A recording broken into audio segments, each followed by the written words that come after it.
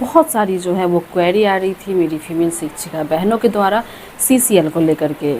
और अभी आज ही जो है मुझे एक सीसीएल से रिलेटेड एक ऑथेंटिक जो है आप कह सकते हैं इन्फॉर्मेशन वाला एक कागज़ मिला है, जिसके बारे में मैं आपसे डिस्कस करना चाहती हूँ। बहुत सारी फीमेल शिक्षिकाओं को सीसीएल लेना है क्योंकि उनके बच्चे बहुत छोटे हैं। कई कई फीमेल शिक्षिकाएँ जो है उनकी ज्वाइनिंग के पहले ही डिलीवरी हो गई है, पर अभी वो उनको मैटरनिटी लीव नहीं मिल रहा है, तो वो चाह रही है कि वो सीसीएल ले ले।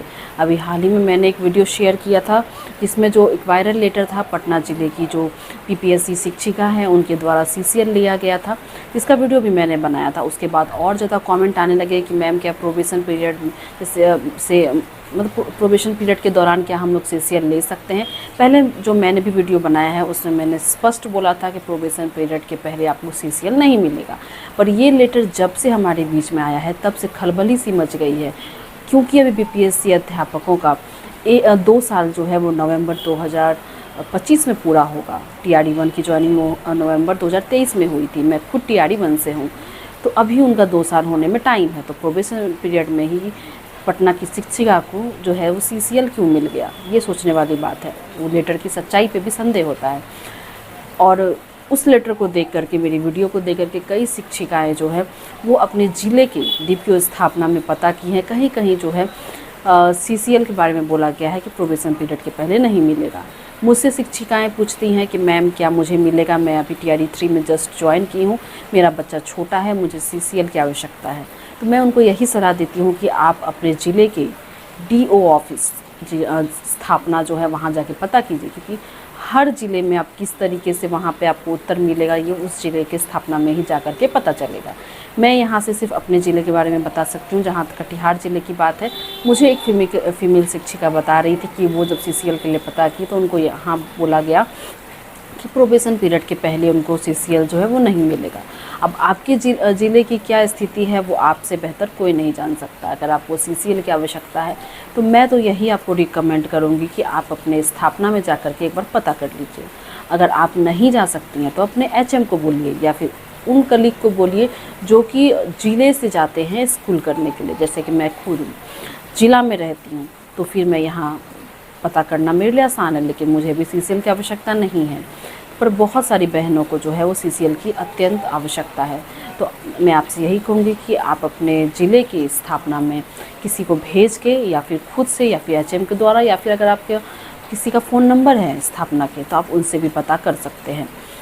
और अब बात करते हैं कि सीसीएल में जो आज मैं आपके सामने एक ऑथेंटिक एक इन्फॉर्मेशन लेके आई हूँ, उसमें क्या क्या है। आप मुझसे पूछते रहते हैं कि मैम कम से कम हम लोग सीसीएल की छुट्टी कितने दिनों तक ले सकते हैं, वो भी मैं आपको बताऊंगी। सीसीएल अधिकतम कितने बार ले सकते हैं वो भी मैं आपको बताऊंगी। मतलब सीसीएल की फुल डिटेल्स आपको इस वीडियो में मिलने वाली है। वीडियो को स्टार्ट करते हैं। उसके पहले नमस्ते, मेरा नाम है नेहा भारती, मैं +2 इंग्लिश टीचर हूँ कटिहार ज़िले में। अब मैं चलिए आपको लेके चलती हूँ उस कागज़ की तरफ जिसमें सीसीएल से रिलेटेड पूरी ऑथेंटिक इन्फॉर्मेशन है। Without any further delay let's get started. ये रहा वो इन्फॉर्मेशन, चलिए इसको देखते हैं। बिहार सरकारी सेवक छुट्टी नियमावली, बिहार सेवा द्वितीय संशोधन संहिता 2014। पहला यहाँ पे देख लेते हैं, संक्षिप्त नाम, विस्तार एवं प्रारंभ। यह बिहार सेवा द्वितीय संशोधन संहिता 2014 कही जा सकेगी। इसमें 2 है, इसका विस्तार संपूर्ण बिहार राज्य में होगा। दूसरा, यह तुरंत के प्रभाव से प्रवृत्ति होगी।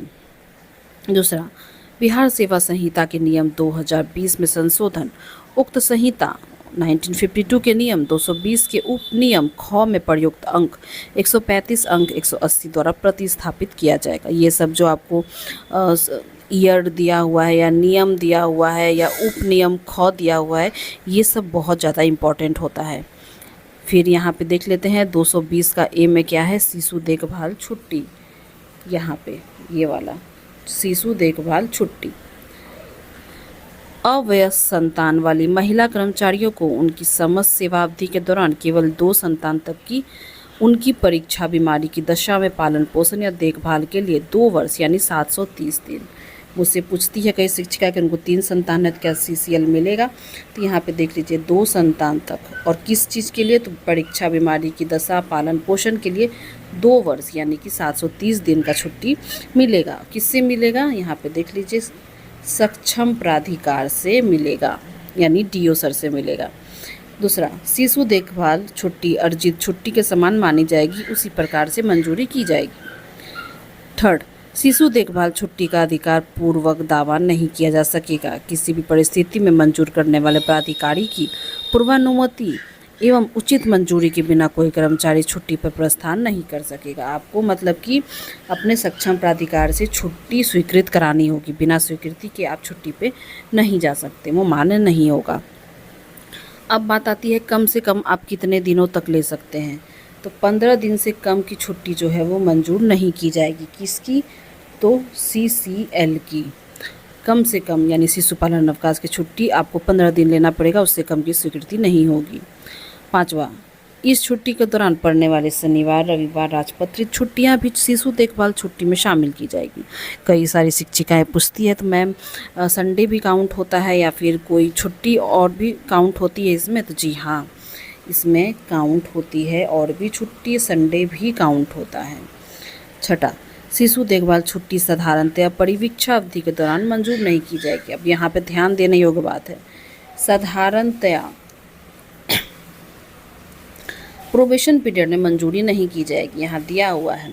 सिवाय अगर आपकी अत्यंत कठिन परिस्थिति की दशा में आपको अगर नीड है, अत्यंत नीड है, ज़रूरत है, तो शायद इस पर विचार हो सकता है, जहाँ छुट्टी मंजूर करने वाला प्राधिकार का परीक्षार्थी की शिशु देखभाल छुट्टी की आवश्यकता के बारे में पूर्ण रूप से समाधान हो जाए। इससे भी सुनिश्चित किया जाएगा कि परीक्षा के दौरान छुट्टी की अवधि न्यूनतम हो। अगर आपको परीक्षा के दौरान छुट्टी मिलती है तो वो कम से कम मिले, इस पे भी ध्यान दिया जाएगा। 7वां, शिशु देखभाल छुट्टी एक कैलेंडर वर्ष में दौरान 3 बार से अधिक मंजूरी नहीं की जाएगी। अगर आप तोड़ के लेते हैं तो एक कैलेंडर वर्ष में आप 3 बार से ज़्यादा नहीं ले सकते हैं। 8वां, शिशु देखभाल छुट्टी के साथ कोई भी अन्य छुट्टी मंजूर की जा सकेगी। अगर आपको CCL लेना है तो उसके साथ कोई और छुट्टी भी दी जा सकती है, किंतु शिशु देखभाल छुट्टी के क्रम में मांगी गई कोई अन्य छुट्टी सरकारी चिकित्सक द्वारा स्वास्थ्य प्रमाण पत्र समर्थित हो अनुरोध पर मंजूर की जा सकेगी। कब तक आप ले सकते हैं CCL, तो बच्चे का 18 वर्ष से कम आयु 2 जीवित बड़े संतानों के लिए अनुमान होगी। जो आपके 2 बच्चे हैं, आप मान लीजिए अगर आपके 4 बच्चे हैं तो 4 बच्चे में से जो 2 सबसे बड़े होंगे 18 साल से कम, उनके लिए ये मान्य होगी। शिशु देखभाल छुट्टी लेखे में विकलित नहीं की जाएगी। 13, शिशु देखभाल छुट्टी के लिए छुट्टी लेखा संलग्न विहित प्रपत्र में संधारित किया जाएगा। यहाँ पे देख लीजिए किस तरीके से संधारण हेतु प्रपत्र जो होता है। ली गई शिशु देखभाल छुट्टी की अवधि, यहाँ ये कॉलम रहेगा, फिर अतिशेष शिशु देखभाल छुट्टी भी रहेगा, और छुट्टी मंजूर करने वाले सक्षम प्राधिकार का हस्ताक्षर और पदनाम होगा। जैसे कि आप छुट्टी कब से कब तक लिए वो यहाँ डेट लिखा रहेगा, और जितना ले लिए उसमें से बाकी कितना रहा वो लिखा रहेगा, दिनांक रहेगा, और मतलब आपको किसने स्वीकृति दी, तो यहाँ पे उनका साइन रहेगा, और किस पोस्ट पर हैं वो रहेगा। तो यहाँ पे काफ़ी डिटेल से मैंने सब चीज़ आपको बता दिया है, कोई डाउट नहीं रहनी चाहिए। अभी भी कोई डाउट है तो कमेंट सेक्शन में पूछिए, और इंस्टाग्राम की लिंक डिस्क्रिप्शन बॉक्स में है, मुझे वहाँ पे भी फॉलो कर लीजिए। आशा करती हूँ कि मेरे भी इस वीडियो से आपके सारे डाउट क्लियर हो गए हों।